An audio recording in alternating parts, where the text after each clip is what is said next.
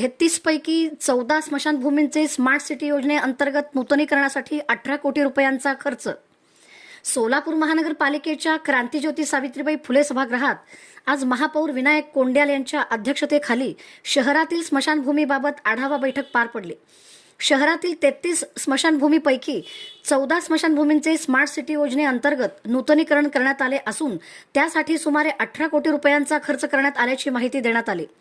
नूतनीकरणामध्ये अंतर्गत रस्ते, पथदिवे, waiting shed, burning shed, washing area, संरक्षक भिंत, प्रवेशद्वार तसेच गॅस व विद्युत दाहिनीसारख्या सुविधा उभारण्यात आल्या आहेत. या सर्व कामांचे सादरीकरण बैठकीत करण्यात आले. महापौरांनी लवकरच प्रत्यक्ष पाहणी करून पुढील बैठक घेण्यात येणार असल्याचे सांगितले.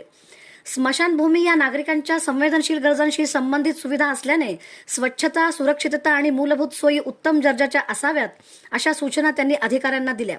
यावेळी उपमहापौर ज्ञानेश्वरी देवकर, आयुक्त डॉक्टर सचिन ओंबासे यांच्यासह अनेक मान्यवर उपस्थित होते.